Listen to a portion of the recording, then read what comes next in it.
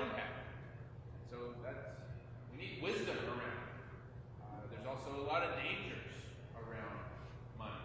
Just like with speech, it can be a good thing or it can be a bad thing. So I've got a few different groupings here of what Proverbs says about wealth, but I want to start with one of these. Well, let's look at Proverbs 10:15.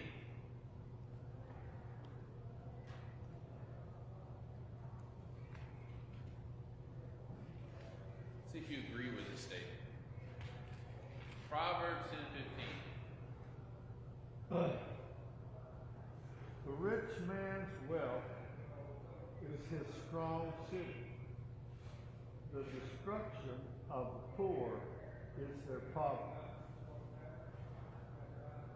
The rich man's wealth is his strong city. Some of your translations may say his fortress.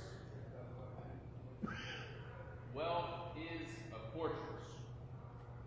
Do you agree or disagree? It's in the Bible, you gotta agree with it. Definitely provides like a layer of security to a lot of stuff in that way. It provides security.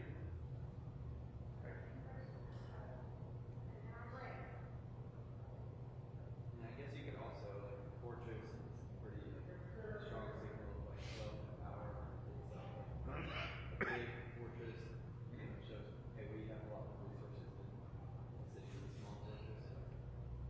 Yeah. A lot of wealth shows a lot of power. Yeah. Okay. Now, someone read 18:11.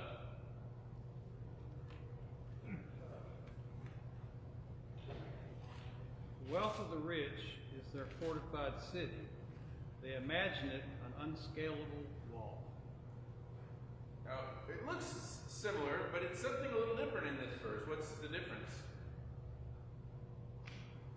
They imagine that they're, what's the word? Indestructible, but that's not the word I'm looking for. Yeah, I mean, I think that works. So, 10:15 just says wealth is a fortress, right? Wealth is security, wealth is protection. 18:11 says wealth is a fortress or wealth is security in their imagination, in their own esteem, or something like this.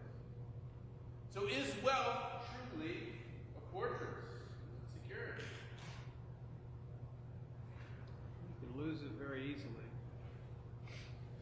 It's a security. It's not the security. It's not all the security, right? It's one aspect of life that you don't have to worry about in some ways if you have it. You don't have to worry about your next meal or if you're safe or whatever it may be, but it's not the security. Look back at the verse previous, 18:10, Mark. You got it. I got 18:11. 18:10. The name of the Lord is a strong tower. The righteous man runs into it and is safe. Yeah. So, wealth seems like a fortress. It is a fortress in the mind of the wealthy. This is my protection. We know that it doesn't offer real protection, right? It's just true. Some parts of the Proverbs are descriptive, right? This is just true. But then we get the prescriptive part. But the real power is not wealth, but the Lord, because wealth doesn't last. It's not what we think it is. What were you going to say? I'm just going to interject this. The word moderation popped into my mind because just like eating or doing other things we're supposed to do, we're commanded to do in moderation. I think maybe a verse somewhere, I'm trying to think of which one that would be, that we have to be smart with what we do. Handling money is, to me, would be a thing of moderation also. If to remain faithful to the Lord, that you would need to make sure that you're giving, providing for, for the Lord's work, and at the same time providing for yourself. So I just don't let it get on the wall. Well, hold on to it, because this big spaghetti noodle in the middle is where it does. And I think you're going to hear this again.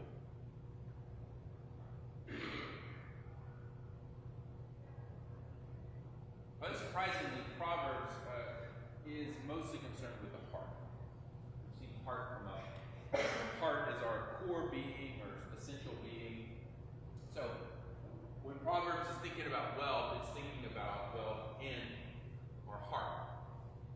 And I think as this duo of Proverbs shows, the danger of wealth is that it can skew our heart or our mind, our imagination.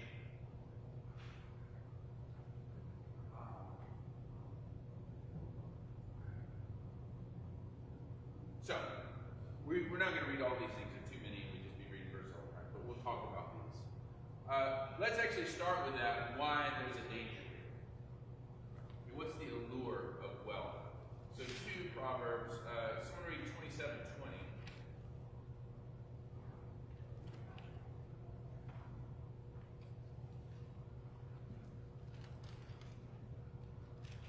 Sheol and Abaddon never satisfy our eyes of man.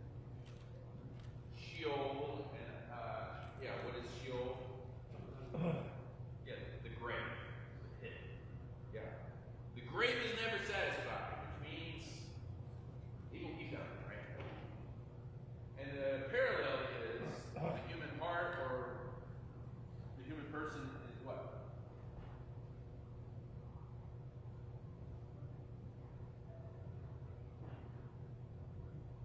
Never satisfied.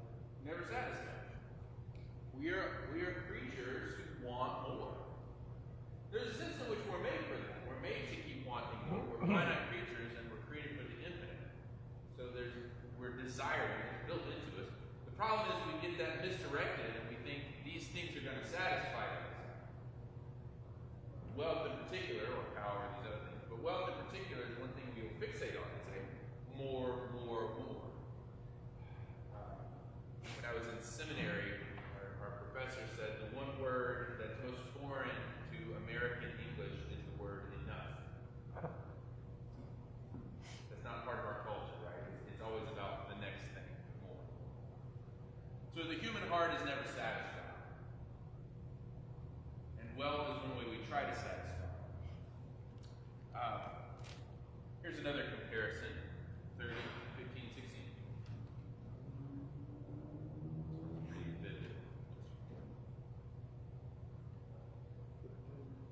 I've got it.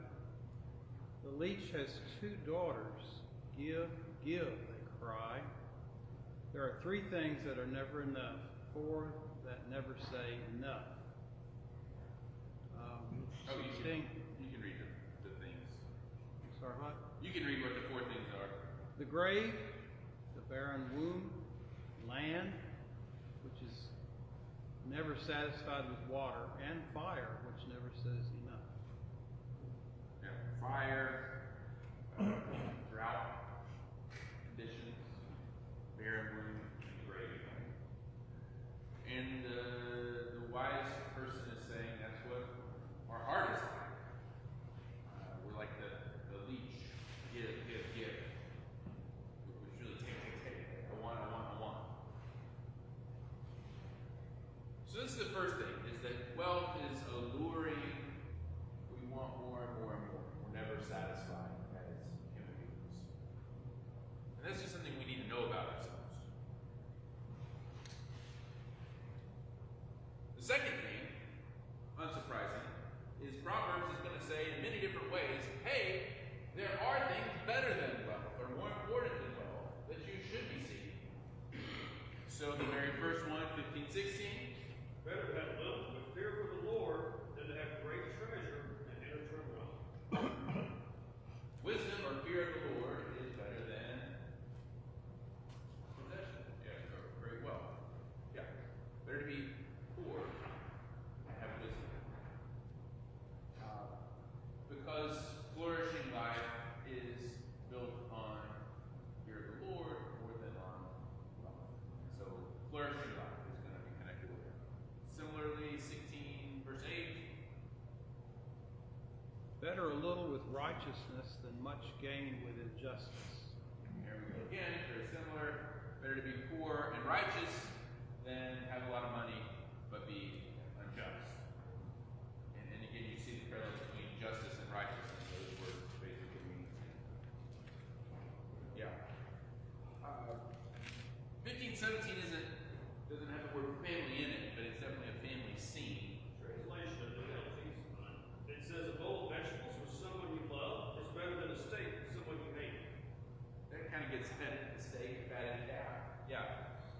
Better to have a bowl of vegetables, better be vegan and have love than to, have the choicest meats and hatred, right? Think of all these shows about rich people.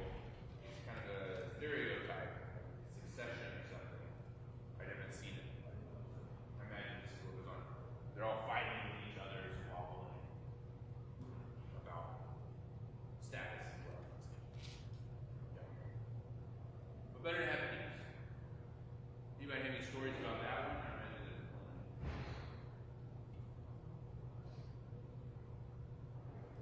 It kind of brings like more money, more problems. I don't really think that's true. Maybe. Yeah. Yeah. There's an old saying that the Lord never gives you more than you can handle, but sometimes I wish I had things that I would. Yeah. Yeah. So we'll get to the solution. I mean, the solution we think will work is we'll just think differently, right? We'll keep all of this and we'll just think that we'll love each other despite the wealth. But the wisdom of Proverbs seems to say, well, no, the issue actually is the thing you're fighting over. One thing that might help is to let go of some of that. We'll come to that.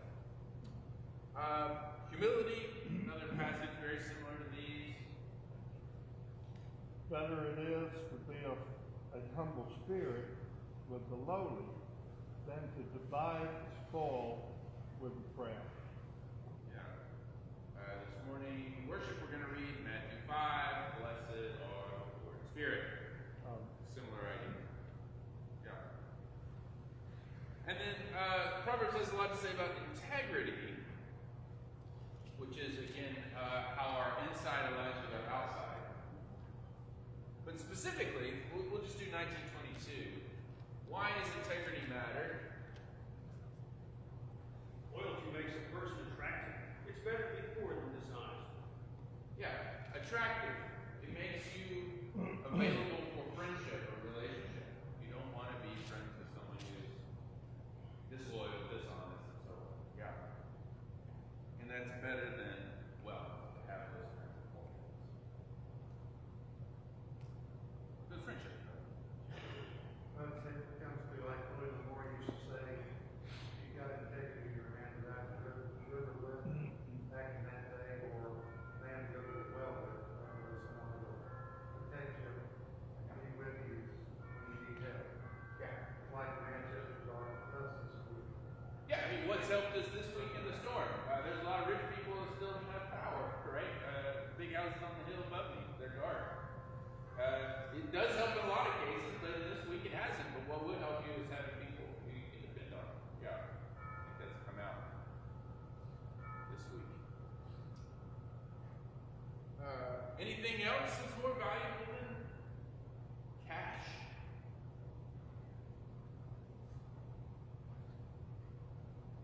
Your soul. Yeah, the Proverbs doesn't talk a lot about that. Jesus does. Yeah. Yeah. Lose the world being so.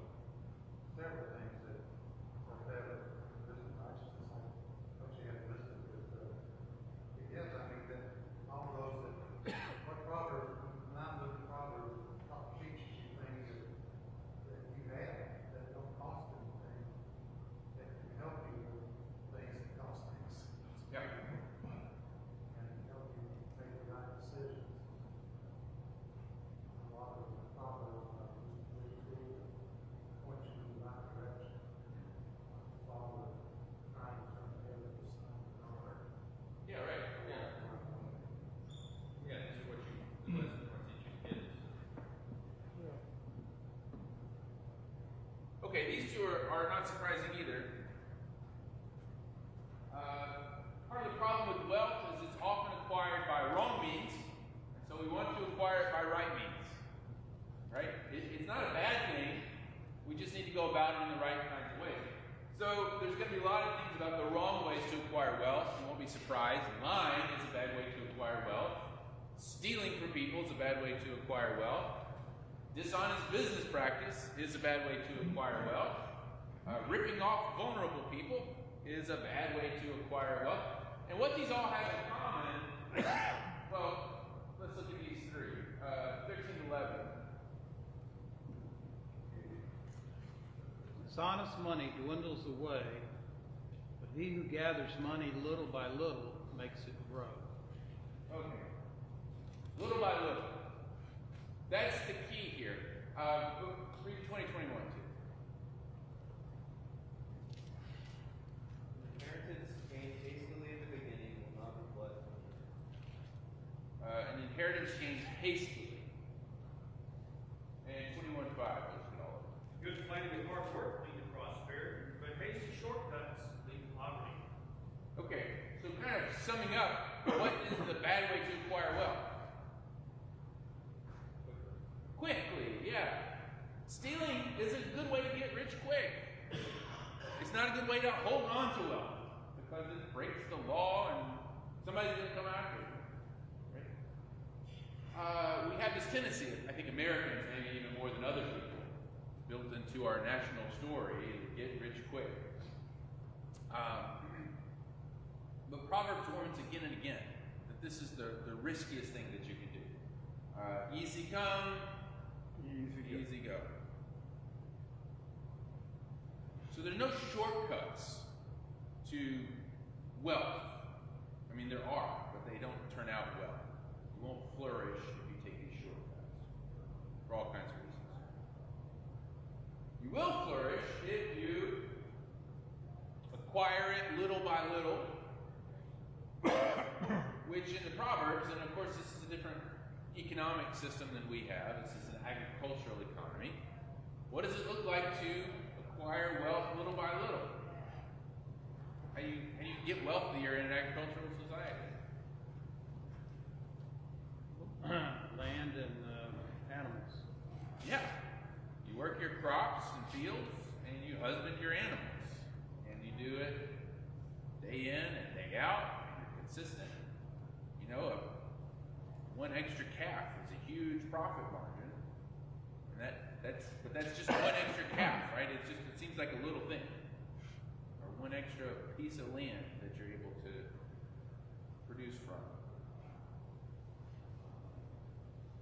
So hard work and diligence are part of acquiring wealth by the right means, but hard work doesn't produce wealth quickly. And that's why it's frustrating.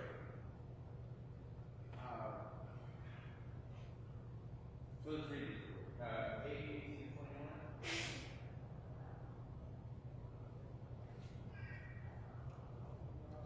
Well, I've got it here.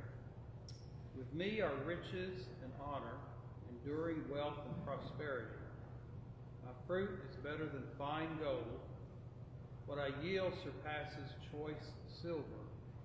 I walk in the way of righteousness along the paths of justice, bestowing wealth on those who love me and making their treasuries full. So this is a quality of wisdom, but the phrase that I want you to notice there, Jeff's translation said it well, enduring wealth. What do you think enduring wealth is? Well, enduring, I would think it would mean importance.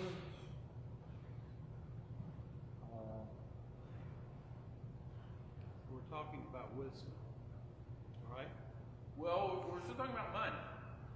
Oh, when it says, with me, is that wisdom or God? Well, that's wisdom, yeah. Okay. Yeah. I mean, Proverbs does want us to have wealth. Proverbs wants us to have money, what we need to live. That's part of flourishing. But it wants us to have the right kind, and I think enduring is one way that they talk about the right kind of wealth. It's enduring wealth. So what do you think enduring wealth is, especially compared with this? One is going to serve you your entire life, maybe even your generations below you. Yeah, passing it on to your kids is always a good thing in Proverbs. Another thing I was going to bring up too is with churches, a lot of times when passes away, they do what they have left over, they're not going to have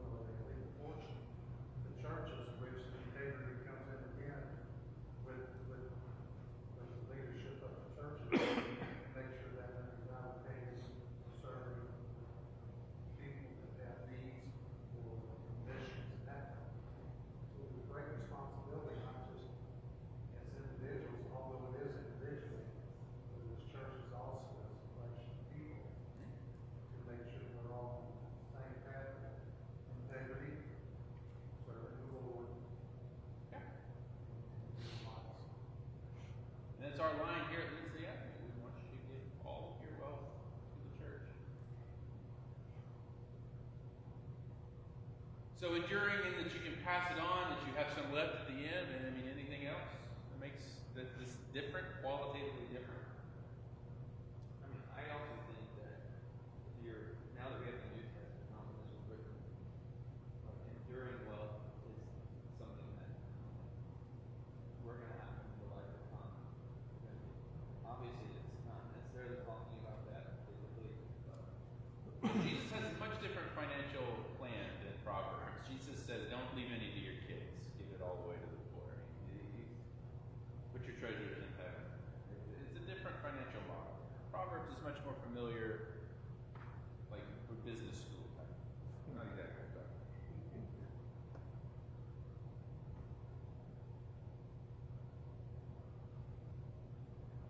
I mean, I think the honestly gained wealth is part of the enduring wealth, right? The law is not going to come in and take it away.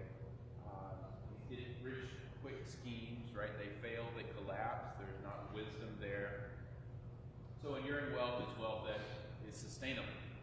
It will sustain. That's what wealth is meant to do, right? Be the foundation for our flourishing. And that comes through, again, things like righteousness, wisdom, hard work, and giving. And this is a little bit of a paradox. I don't know if you hear this in business school, maybe a Christian business school, but Proverbs actually says the best way to have enduring wealth is to not hold on to your wealth. So, 22:2. Well, start with 22:2. Rich and poor have this in common. The Lord is the maker of them all. Yeah, 29:13. I think says somewhere.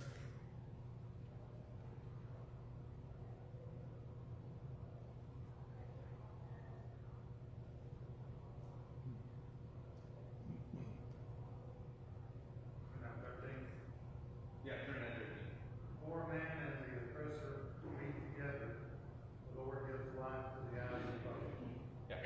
So this is kind of recognition that rich and poor are equal in the eyes of God, that all humans have certain, well, inalienable rights, to use our language, but that's a biblical idea, that all people are worthy of certain kind of treatment.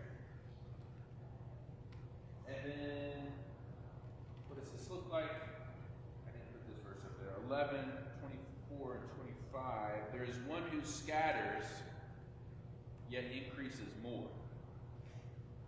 There's one who withholds more than is right, but it leads to poverty. The generous soul will be made rich, and he who waters will also be watered himself. So there's that paradox. I actually get more by giving it away. One who scatters yet increases. One who withholds, but it leads to poverty. So hoarding, hanging on to my wealth, right? We might think that's what enduring means, like socking it away. But the biblical idea here is that I got to keep it moving. Wealth is meant to flow like water, not be stuck up behind a bank vault. And that by giving it out, more comes in. Giving it out, more comes in. So this is flow. 31, 8, and 9. Speak up for those who do not speak for themselves. Ensure justice for those being crushed. Yes, speak up for the helpless and seek naked justice. So we already looked at this verse. This is about being a voice for the voiceless. But especially for those with wealth, power, privilege, there's a special responsibility to speak up for those who don't have those things. Again, that's based on the recognition that we're all equal, created in the image of God, but that because of the wealth, some of us have more responsibility.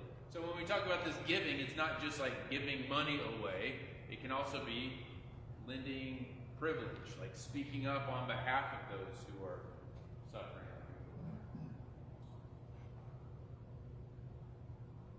The last thing, and then we'll get to our prayer to conclude. The last thing is, Proverbs does talk a lot about self-inflicted poverty. Some of that comes through wickedness, like we've seen, trying to get rich quick by dishonest means. There's quite a bit about laziness in the Proverbs. Go to the ant, you sluggard, right? The ant works hard all summer to prepare for the winter. And images like that. Self-delusion or fantasies, where we're not seeing things clearly. We think wealth is going to do something for us that it actually can't do. Or fall in line. Yeah, or we just sit around waiting for the lottery to come through, something like that. Yeah, that I can get the money without doing anything. Greed leads to poverty. Not having, feeling like I don't have enough, trying to get more and more and more. Actually, poverty. So there's quite a bit about poverty being self-inflicted. That's not to say all poverty is self-inflicted. But Proverbs warns us that there are cases where we can bring it on ourselves.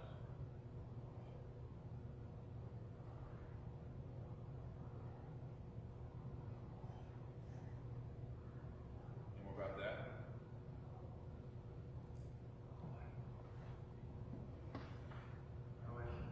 It might be a little embarrassing to think of it. I mean, I've made two decisions in my lifetime. My career that's affected me financially. Yeah. Build back up. First time was real tough. Second time took me. But, Yeah. kept my perspective. Yeah, and the danger here is we want to hold on to some personal responsibility, but we also don't want to say everyone in this situation is there because of laziness, greed, wickedness, right? I think we need to be very careful. Like I said, one thing is pointing out, three people, I think is pointing in. Yeah. Be careful not to judge the situation people are in because sometimes you don't know all. Yeah. Here's a bad proverb. It's not in the Bible, but you might hear it. It's not your fault if you're born poor, but it is your fault if you die poor. That's a bad proverb, right? That's not always personal responsibility, right? So we do have to be careful about that. But Proverbs emphasizes the personal responsibility aspect. I don't know what all the verses are that you're referencing there, so maybe you can provide some insight, but it seems like for your number 6, that's some self-evaluation of if I'm in poverty to look at that. But for number 5, if I am not in poverty or I have any resources, I'm not evaluating someone else's worth for it, only are they in need. And not, are they in need because of this reason, therefore I'm not going to help them. Like I'm justified not to help. But the only question there is, do I have something that could help someone else? That's a great, yeah. It's never the deserving for or something like that. It's, if I have wealth, I need to be giving it away to those in need. You're right. If I'm in the situation, then I need to look at myself. I think that's a great. The 5 and 6 are not compatible. Yeah. All right, Mark, will you read 37 through 9? We'll close with that. This is a prayer. You may have heard this before, but it kind of frames what Mark started us off with. 30 what? 7 through 9. What? 37 through 9. 37. Chapter 30, 7 through 9. There's not 37 chapters in Proverbs. 37 through 9. Well, Mark's going to read it because he's the guy. Two things I ask of you, deny them not from me before I die. Remove far from me falsehood and lying. Give me neither poverty nor riches. Feed me with the food that is needful for me, lest I be full and deny you and say, who is the Lord? Or lest I be poor and still and profane the name of my God. Moderation. This is the prayer in Proverbs. Lord, don't make me too rich and don't make me too poor.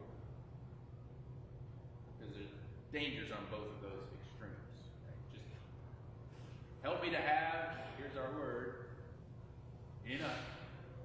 What I need. That's the model. And that's not going to be the same necessarily for everyone. Enough. But whatever enough is, that's our prayer. Give me what I need. Final thoughts? That kind of reminds me of the Lord's Prayer. Give us our daily bread. Yeah. Give us what we need for today. Right, yeah. Jesus is going to micro-focus that again on this day. Yeah. And then if you talk about like pray and after you've already received what you prayed for, then